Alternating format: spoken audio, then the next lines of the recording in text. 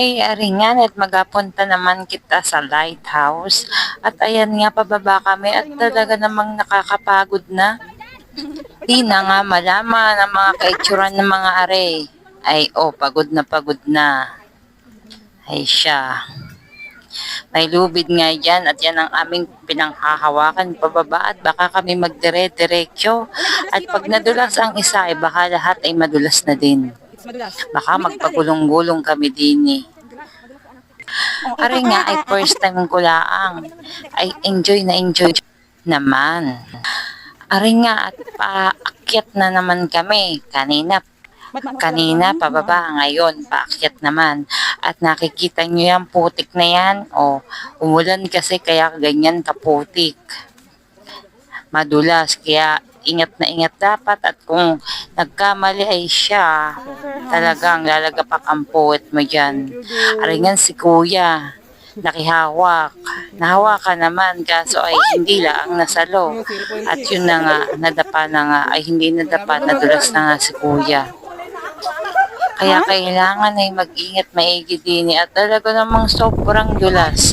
At ayan na nga, nasa kalahati na yata kami, natatanaw na namin ang lighthouse.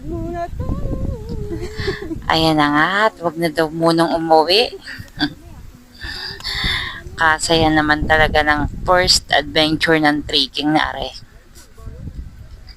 Ayan na nga, at nagtanggal na ng sandal si Shasha at hindi na nga kinaya. Kasi nga kaganina, napadulas nga din siya. Ay, beginner ka! Malapit-lapit na ata kami. Oo, tataas pa tayo. At ayan na nga, Bababa, natatanaw na namin ang bababa, lighthouse. Dahan-dahan lang at baka madulas. Ano ko yung nangyari na kila ka, Sir Hans? Konting kembot na Andres lang. pa naman dun. Makakarating na din kami. And yes, andito na kami.